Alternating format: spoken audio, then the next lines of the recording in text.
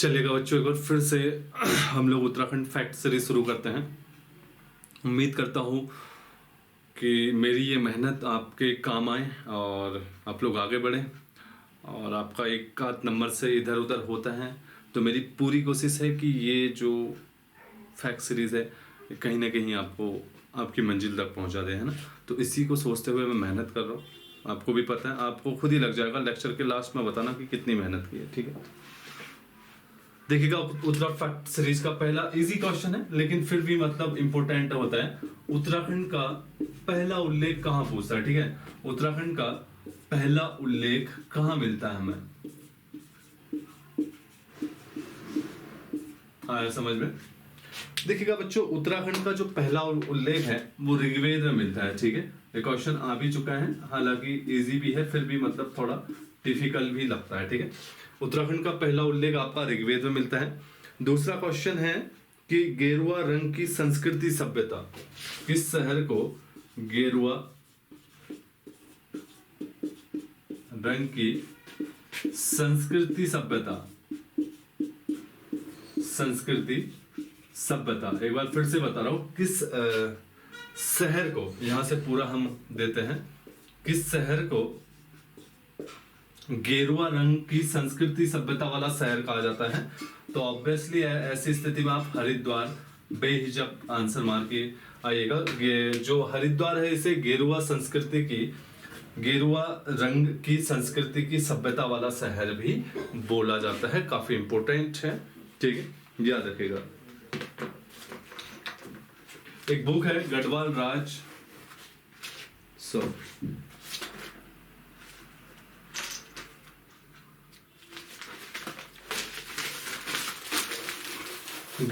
राजा वंशावली, ठीक है, बुक है गढ़वाल राजा वंशावली, ठीक है। गढ़वाल राजा वंशावली एक पुस्तक है, पूछेगा किसकी है, तो यह है कवि देवराज की, याद रखेगा किसकी है, कवि देवराज की। लिख लीजिएगा कि कवि देवराज की है, ठीक है। देखिएगा, आपसे क्वेश्चन आएगा कि विपत्ति में भोटिया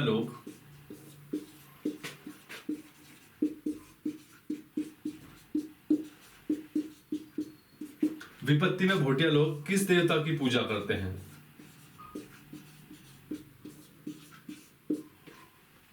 किस देवता की पूजा करते हैं, विपत्ति में भोटिया लोग किस देवता की पूजा करते हैं। तो लिखेगा फैला और धुरमा, फैला और धुरमा। तो फैला और जो धुरमा होते हैं ये विपत्ति के टाइम पे भोटियों के देवता होते हैं, और बताया जाता है कि जो भोटिया समाज होता है, ठीक है, वो विपत्ति के टाइम पे, फिर से एक बार बता रहा हूं, फैला और धुरमा नामक जो इनके देवता होते हैं उनकी पूजा करता है कब, जब ये लोग विपत्ति में होते हैं, ठीक है। काफी इंपोर्टेंट क्वेश्चन है, तो याद रखिएगा। अगला क्वेश्चन है बच्चों, बगौली डैम किस नदी पे है।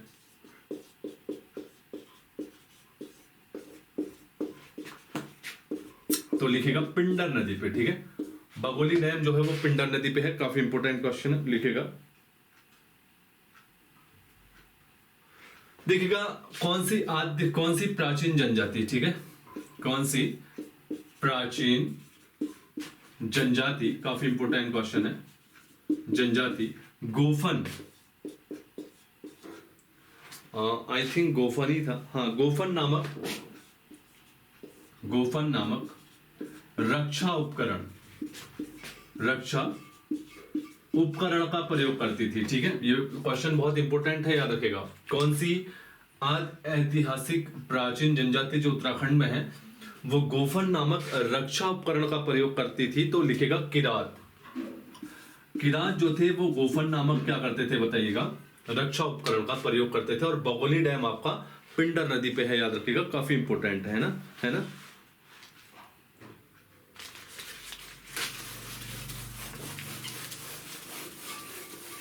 अगर आपसे क्वेश्चन पूछेगा प्रथम उत्तराखंडी जिन्हें व्यास सम्मान मिला,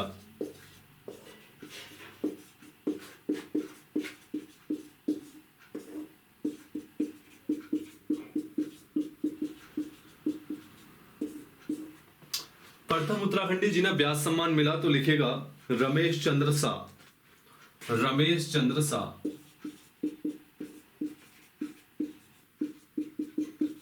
लिखेगा रमेश चंद्र शाह प्रथम उत्तराखंडी जिन्हें व्यास सम्मान मिला। 2001 में आलोचना का पक्ष के लिए इन्हें मिला।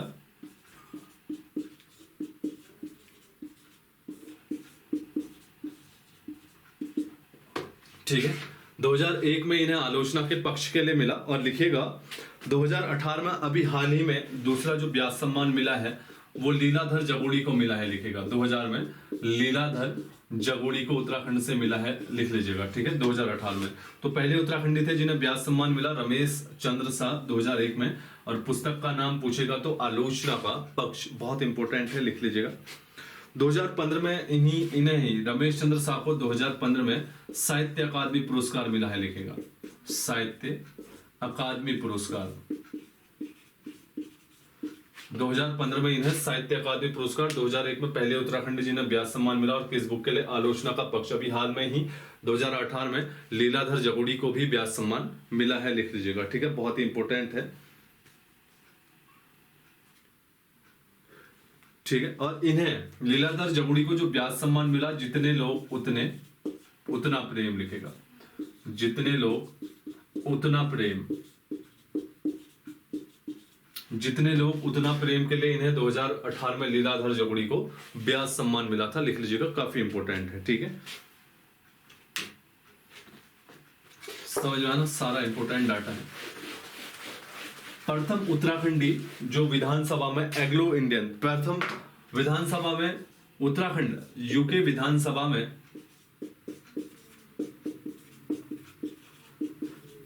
निर्वाचित होने वाले प्रथम एग्लो इंडियन। ठीक है, निर्वाचित, मनोनीत मतलब वही मनोनीत, राज्यपाल करता है।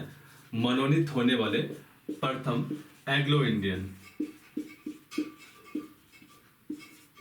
समझ में ना, एक विधायक होता है ना 70+1 जो एग्लो इंडियन है। तो क्वेश्चन है कि पहला विधायक कौन है जो उत्तराखंड की विधानसभा बनने के बाद एग्लो इंडियन बना था? तो लिखेगा Russell Ballantine Gardner. Russell Ballantine, Russell Ballantine Gardner. तो रसेल बैलेंटाइन गार्डनर क्या थे? ये प्रथम एग्लो इंडियन थे जो उत्तराखंड की विधानसभा में एज ए प्रथम एग्लो इंडियन क्या हुए? मनोनीत हुए राज्यपाल के द्वारा। ठीक है, होता है ना, आपको पता ही है। ठीक है,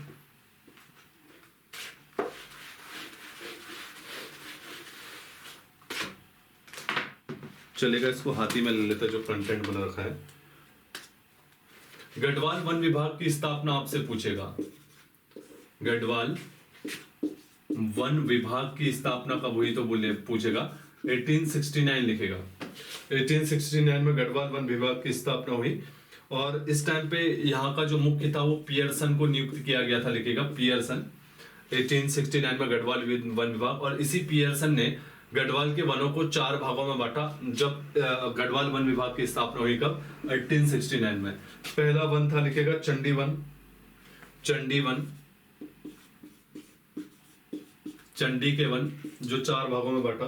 दूसरा लिखेगा उदयपुर के वन। दूसरा लिखेगा उदयपुर के वन। तीसरा लिखेगा कोटी दून के जंगल। कोटी दून के जंगल। ये अजय रावत के क्वेश्चन भी हैं, आप समरी याद कर रहे होंगे तो आपको लग रहा होगा हाँ वहां से भी बनाए हैं। और तीसरा पाटली दून के जंगल। पाटली दून के जंगल। एक बार फिर से हम लोग रिपीट करते हैं। गढ़वाल वन विभाग की स्थापना 1869 में हुई। पियर्सन को इसका हेड बनाया गया था। और पियर्सन ने इसी साल गढ़वाल के जो वन थे उन्हें 4 भागों में बांटा।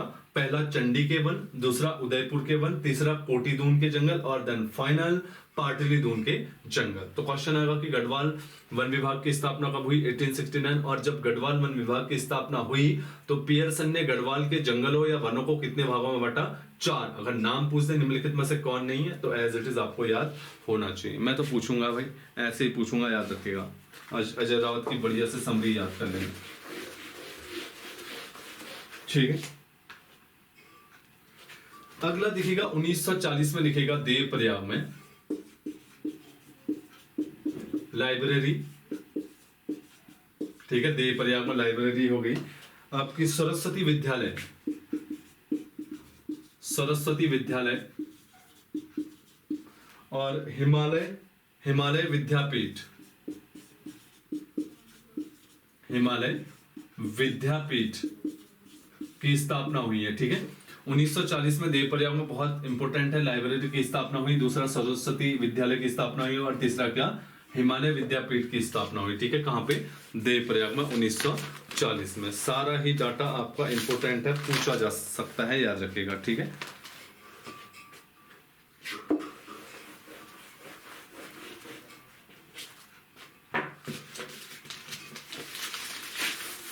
देखिएगा बच्चों, आपसे क्वेश्चन आ सकता है कि कब तराई भाबर को चलाने के लिए असिस्टेंट कमांडेंट की नियुक्ति हुई, असिस्टेंट कमिश्नर, सॉरी, कब तराई भाबर को चलाने के लिए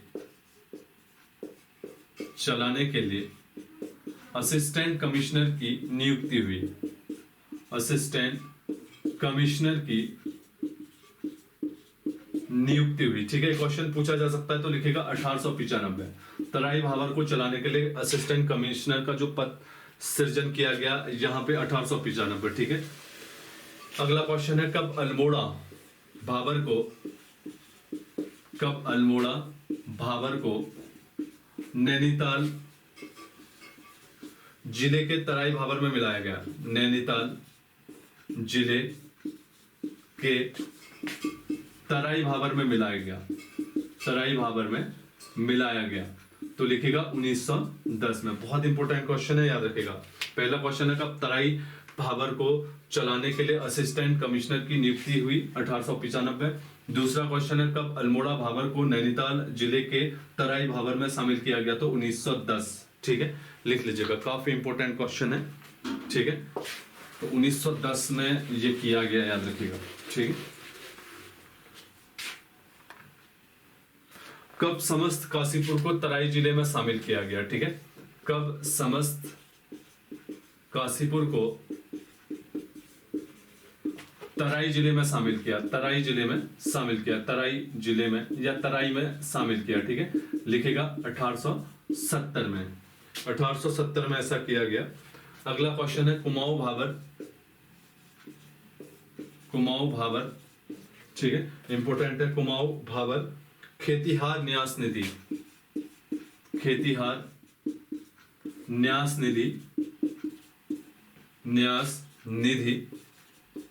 खेतिहार न्यास निधि, ठीक है, खेतिहार न्यास निधि नैनीताल की स्थापना कब हुई, नैनीताल में है, मतलब इसकी स्थापना नैनीताल में कब हुई, क्वेश्चन पूछेगा तो सीधा आंसर दे देना 1906, ठीक है। कब कुमाऊं भाबर खेतिहार न्यास निधि की स्थापना, देखिएगा 2 क्वेश्चन है बच्चों, मैं फुल ऑन फाइनल बता दूं, क्वेश्चन आएगा कि कुमाऊं भाबर खेतिहार न्यास निधि की स्थापना 1906 में कहां की गई, देन आंसर नैनीताल, और कुमाऊं भाबर खेतिहार न्यास निधि की स्थापना नैनीताल में कब की गई, देन आंसर 1906। एक क्वेश्चन 2 उसके आपसे क्वेश्चन पूछ सकता है कौन, एग्जामिनर, ठीक है। तो ऐसे बिल्कुल कंटेंट तैयार करना है, याद रखिएगा। अगला बहुत इंपॉर्टेंट है,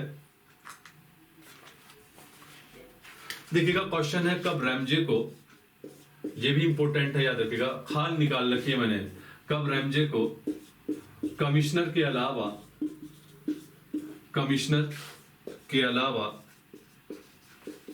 ठीक है, कब रैमजे को कमिश्नर के अलावा अरण्यपाल, ये एक बहुत इंपॉर्टेंट पद होता था जंगलों को लेके, अरण्यपाल का भी दायित्व सौंपा गया, अरण्यपाल का भी दायित्व सौंपा गया। मैं इसलिए इंपॉर्टेंट सारे क्वेश्चन बता रहा हूं क्योंकि बच्चों इनने क्रांति लाई, ठीक है, सौंपा गया, अरण्यपाल का भी काम सौंपा गया 1862 में, याद रखेगा।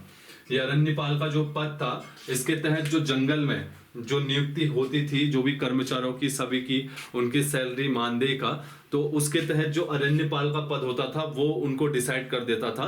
तो 1862 के बाद ये जो पद है, जंगलों से संबंधित नियम बना रहा है, कर्मचारियों की भर्ती कर रहा है, उनकी सैलरी निर्धारित कर रहा है, तो बाद में 1862 में रैमजे ने अपने अंडर में ले लिया ये, ठीक है। तो क्वेश्चन आ सकता है 1862 में रैमजे सर्वो सर्वा हो गया था इस फील्ड में, याद रखिएगा। उठो गढ़वालियो किसकी रचना है? ये आपका भारत छोड़ो आंदोलन के टाइम पे बहुत बड़े लेवल पे फेमस हुआ था ये गाना। सत्य शरण रतोड़ी की लिखेगा, सत्य शरण रतोड़ी की, समझ में ना, सत्य शरण रतोड़ी की भारत छोड़ो आंदोलन के टाइम पे बहुत ज्यादा फेमस हुआ था बच्चों, ठीक है, याद रखिएगा। अगला है युगवाणी का प्रकाशन देहरादून से कब हुआ? युगवाणी एक समाचार पत्र है, तो क्वेश्चन आएगा युगवाणी का प्रकाशन, युगवाणी का प्रकाशन फिर से एक बार बता रहा हूं, दून देहरादून से कब हुआ? मैं शॉर्ट में लिख रहा हूं, आप लोग लिख देना।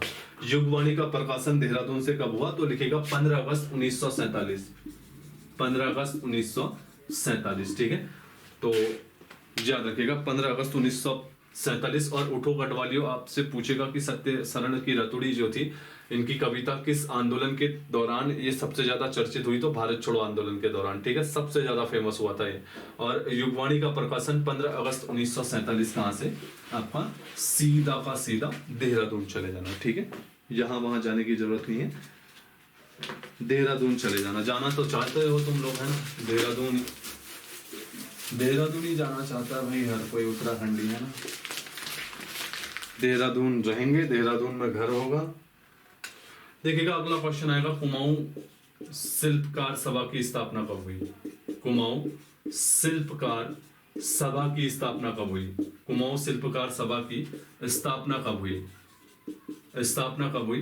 तो 1924 लिखेगा। कुमाऊं शिल्पकार सभा की स्थापना 1924 में हुई थी, स्पेशली लिखेगा। अगला क्वेश्चन है, कुमाऊं राजपूत शीर्षक से अखबार, कुमाऊं राजपूत, याद रखिएगा, ये भी नेशनल मूवमेंट के टाइम पे इंपॉर्टेंट अखबार था। कुमाऊं राजपूत शीर्षक से एक अखबार था, अखबार था, समझ में ना, अखबार था, याद रखिएगा।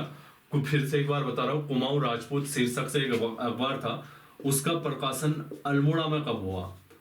उसका प्रकाशन अल्मोड़ा से कब हुआ? ठीक है, उसका प्रकाशन अल्मोड़ा से कब हुआ? तो आंसर लिखेगा 15 फरवरी 1948,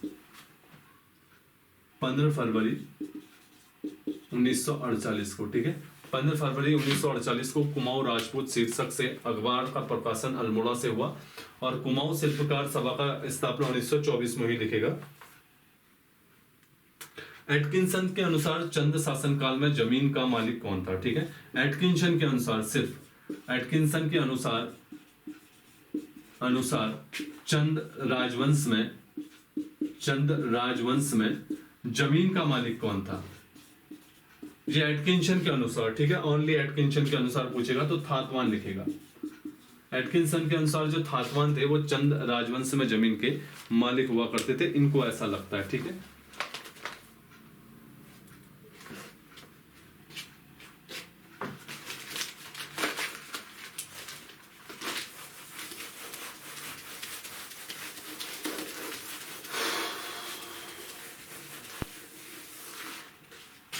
उत्तराखंड में सर्वप्रथम आलू की खेती 1823 में देहरादून से किसने की? ठीक है, उत्तराखंड में आलू की खेती देहरादून से, दून लिख देता हूं, दून से 1823 में सर्वप्रथम किसने शुरू की? सर्वप्रथम किसने शुरू की? तो आंसर लिखेगा कैप्टन यंग, कैप्टन यंग लिखेगा। अगला लिखेगा कुमाऊं गवर्नमेंट गार्डन की स्थापना, कुमाऊं गवर्नमेंट गार्डन की स्थापना लिखेगा 1909, जॉलीकोट नैनीताल, ठीक है। तो एक बार फिर से बता रहा हूं, उत्तराखंड में आलू की खेती की शुरुआत सबसे पहले दून से हुई थी, किसने की थी? कैप्टन यंग ने। और कुमाऊं गवर्नमेंट गार्डन की स्थापना 1909 में जॉलीकोट कहां पे है आपका? जो नैनीताल में है, याद रखेगा, ठीक है, यहां से हुई थी, बहुत इंपॉर्टेंट है, याद रखेगा।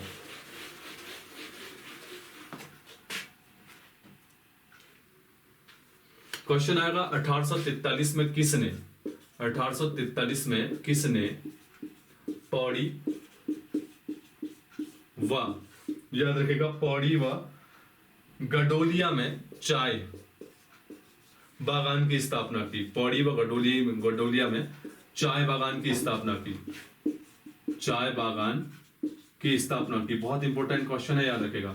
1843 में किसने पौड़ी व गडोलिया में चाय बागान की स्थापना की? तो लिखेगा हडलसन, हडलस्टन, हडलस्टन लिखेगा, ठीक है, इस व्यक्ति ने किया था। देखिएगा सर्वप्रथम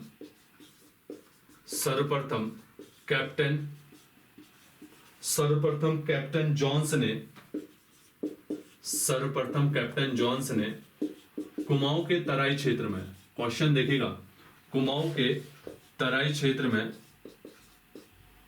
क्षेत्र में नहर निर्माण किया था। तो लिखेगा 1861 में, बहुत इंपॉर्टेंट है 1861 में, ठीक है। सर्वप्रथम कैप्टन जॉन्स ने कुमाऊं में के तराई क्षेत्र में नहर निर्माण किया था। क्वेश्चन ऐसे भी आ सकता है कि सर्वप्रथम किस व्यक्ति ने 1861 में कुमाऊं के तराई क्षेत्र में नहरों का विकास किया था? तो कैप्टन जॉन्स, ठीक है, दोनों तरीके से आ सकता है। ऐसे भी क्वेश्चन आ सकता है पौड़ी व गडोलिया में चाय बागान की स्थापना हडलसन ने कब की? तो 1843 में। क्वेश्चन की 2 मेरिट है, इसमें याद रखिएगा, ठीक है, बहुत इंपॉर्टेंट है। देखिएगा अगला क्वेश्चन है, यार बहुत मेहनत लगती है, बहुत ज्यादा मेहनत, ठीक है, आप समझ ही लो, आप बहुत ज्यादा मेहनत लगती है, मतलब इतना दिमाग लगता है मेरा। अब जुड़े हो तो यार, है ना, सारे लोग फैक्ट करवा रहे हैं, तो मैंने कहा एक बार मेरे फैक्ट भी देख लो, क्या पता दिन बन जाए। क्योंकि एक बेसिक कोर्स तो हमारा चल ही रहा है ना, ठीक है। पवार वंश में, बोर मत होना यार इन फैक्ट सीरीजों से, ठीक है, काफी मेहनत लगती है और सारे इंपॉर्टेंट भी होता रहो। पवार वंश में सॉरी, राजा के साथ याद रखेगा, चांदी का दंड लेकर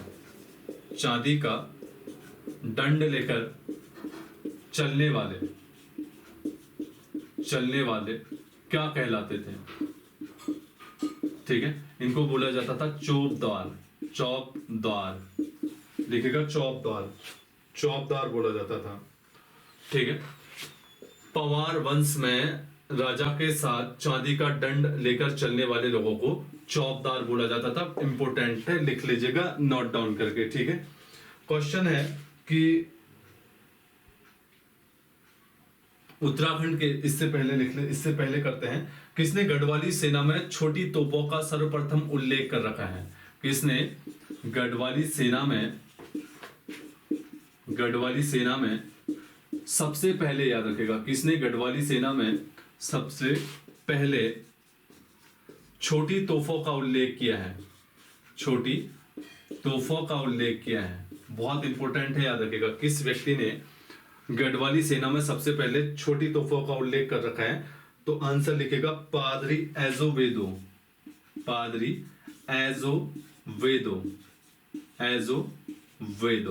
तो पादरी एजोवेदो प्रथम व्यक्ति था जिसने गढ़वाली सेना में छोटी तोपों का उल्लेख कर रखा है कि हाँ भाई वहां पे छोटी तोपें थी करके सबसे पहले इस व्यक्ति ने बताया। कौन है? पादरी एजोवेदो, ठीक है। अगला क्वेश्चन है, उत्तराखंड संस्कृत साहित्य, उत्तराखंड के प्रथम व्यक्ति जिन्होंने अपने शोध कार्य हिंदी में किया। उत्तराखंड का प्रथम व्यक्ति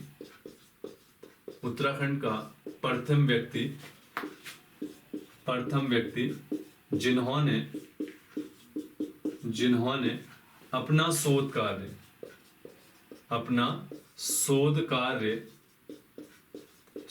कार्य हिंदी में किया। उत्तराखंड का पहला व्यक्ति कौन है जिसने अपना शोध कार्य हिंदी में किया? मुरली मनोहर जोशी लिखेगा, MM जोशी, इसको आप लोग मुरली मनोहर जोशी फुल फॉर्म भी लिख सकते हो, मैं तो शॉर्ट लिखूंगा, ठीक है, मुरली मनोहर जोशी। मैं MM जोशी लिख रहा हूँ, उसको आप मुरली मनोहर जोशी लिख लीजिएगा, ठीक है। अच्छा लगता है, मेहनत को अप्रिशिएट करते हो तो कमेंट कर दिया करो यार, एनर्जी मिलती है ना। बाकी आपकी मर्जी में कुछ नहीं कह सकता हूँ, क्योंकि मुझे तो करना है यार, है ना। मैंने एक बार आपसे बेड़ा उठा लिया है तो आप लोग जुड़े हो। देखिएगा उत्तराखंड संस्कृति साहित्य व कला अकादमी, उत्तराखंड संस्कृति साहित्य व कला अकादमी का है, व कला अकादमी का है, याद रखेगा। कला अकादमी का है, सीधे आंसर दून, याद रखेगा, ठीक है, दून में है ये, याद रखेगा, उत्तराखंड कला संस्कृति अकादमी। देखिएगा क्वेश्चन आ सकता है, कत्यूरी काल में परमावतार कौन थे? कत्यूरी काल में परमावतार कौन थे? परमावतार कौन थे? ठीक है, क्वेश्चन आ सकता है कि कत्यूरी काल में परमावतार कौन थे? भूमि माप के अधिकारी, लिखेगा, भूमि माप के अधिकारी, समझ में ना, भूमि माप के अधिकारियों को क्या बोला जाता था? कत्यूरी काल में परमावतार बोला जाता था, ठीक है। जयकुल भुक्ति का उल्लेख किन के अभिलेखों में मिलता है? क्वेश्चन बहुत इंपॉर्टेंट है, याद रखेगा। उत्तराखंड में जयकुल भुक्ति का उल्लेख किसकी अभिलेखों में मिलता है? किसके अभिलेखों में मिलता है? तो कत्यूरी के अभिलेखों में, याद रखिएगा। उत्तराखंड में जयकुल भुक्ति का जो है उल्लेख मिला है, बहुत इंपॉर्टेंट है। उत्तराखंड में फिर से एक बार बता रहा हूं, कत्यूरियों के अभिलेख में जयकुल भुक्ति का उल्लेख मिला है, समझ में आना, याद रखिएगा।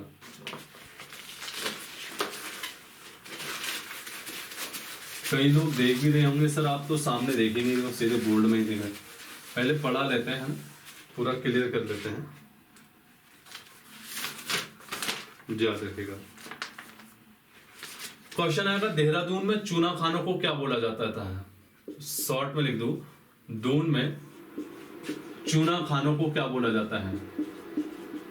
चूना खानों को क्या बोला जाता है? आप लोग लिख लीजिएगा। दून में चूना खानों को बोला जाता है मैग्नास गोल्ड। हालांकि ये मैंने आपको देहरादून जिला सीरीज में भी करवा रखा है, फिर भी लिख लीजिएगा।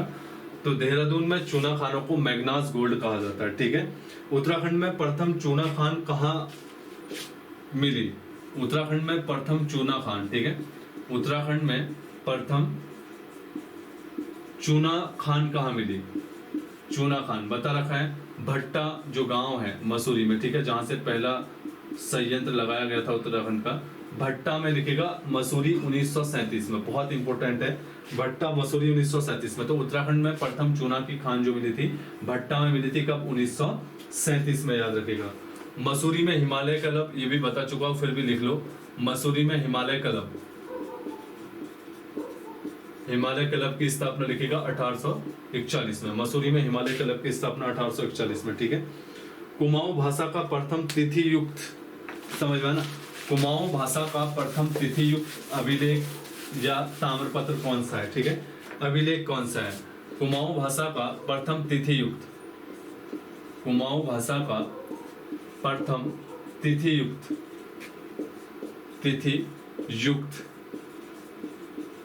अभिलेख कौन सा है? अभिलेख या ताम्रपत्र कह सकते हो, ताम्रपत्र है, याद रखिएगा। दिगासा का ताम्रपत्र लिखेगा, अभिलेख नहीं, ताम्रपत्र लिखेगा इसकी जगह। दिगासा ये मिला है, लिखेगा पिथौरागढ़ में, ठीक है। तो कुमाऊं भाषा का प्रथम तिथि युक्त अभिलेख जो है वो दिगासा, ये मिला है पिथौरागढ़ में, लिख लीजिएगा, ठीक है। क्वेश्चन आएगा, तराई को कब कुमाऊं कमिश्नर के अधीन किया गया? तराई को कब? सारे इंपोर्टेंट है, याद रखेगा। कुमाऊं कमिश्नर के अधीन किया गया, तो लिखेगा 1858 में। हेनरी रैमजे ने ये स्टेप उठाया, तो हेनरी रैमजे ने पावर में आते ही जो है तराई को जो है अपने अधीन कर लिया, ठीक है, कुमाऊं कमिश्नर के अधीन कर लिया, याद रखेगा। ये क्वेश्चन इंपोर्टेंट है, क्वेश्चन बन सकता है, याद रखेगा।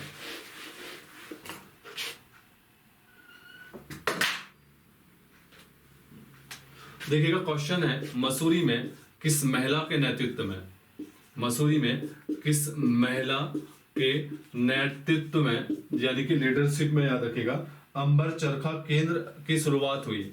अंबर चरखा केंद्र की शुरुआत हुई, ठीक है, केंद्र की शुरुआत हुई। तो मसूरी में किस महिला के नेतृत्व में अंबर चरखा? श्रीमती तारा प्रकाश लिखेगा, श्रीमती तारा प्रकाश के नेतृत्व में मसूरी में क्या हुआ? अंबर चरखा केंद्र की शुरुआत हुई, याद रखेगा। क्वेश्चन 1980 में उत्तराखंड में ट्राइसेम योजना के तहत ट्राइसेम योजना के तहत किसने महिलाओं को स्वावलंबी बनाया था? ठीक है, ट्राइसेम योजना के तहत किसने महिलाओं को स्वावलंबी बनाया था? स्वावलंबी बनाया था तो लिखेगा दुर्गा देवी। पिथौरागढ़ की है दुर्गा देवी, बहुत ही इंपॉर्टेंट है। सॉरी, दुर्गा देवी नहीं यार, that is my mistake. Tulsi Devi लिखेगा, तुलसी देवी। दुर्गा देवी तो उत्तराखंड की प्रथम व्यक्तिगत सत्याग्रही महिला है। तुलसी देवी लिखेगा,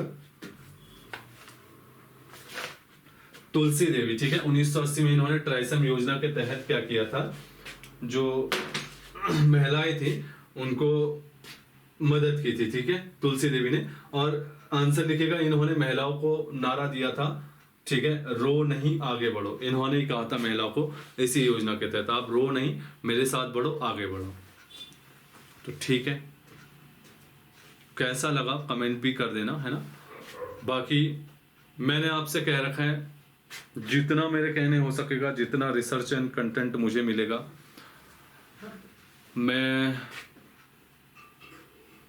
आपके सिलेक्शन के लिए ही सोच के उसको जो है सिलेक्ट करूंगा और आपको फैक्ट सीरीज करवाऊंगा। ठीक है, तो फैक्ट सीरीज का जो है विस्तार करिएगा, काफ़ी फैक्ट सीरीज आएंगी।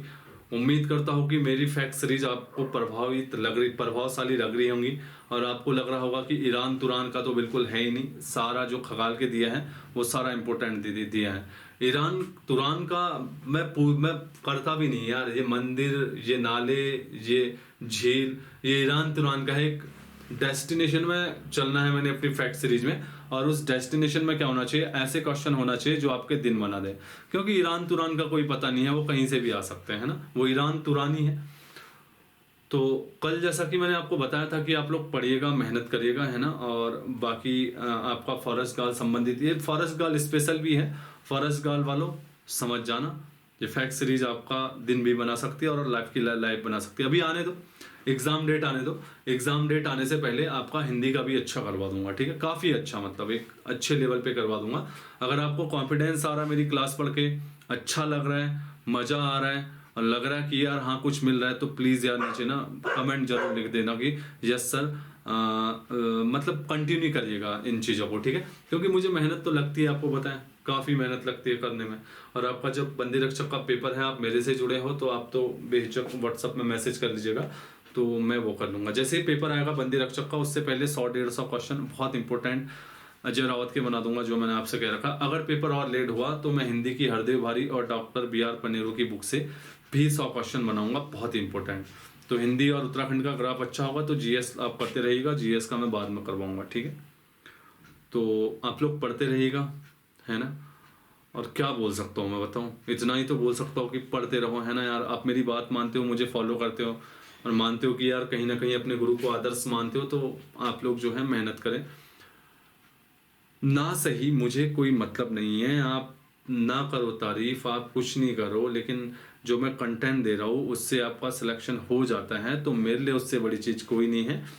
लेकिन मैं तब भी बता रहा हूँ, सिर्फ मेरे कंटेंट से ही कुछ नहीं होना है, उसके लिए आपको पहले दिन रात करके 10 घंटे पढ़ना पड़ेगा, तब मेरा कंटेंट उठाओ, तो तब पूरा पंप करेगा, वो बिल्कुल पुश करेगा।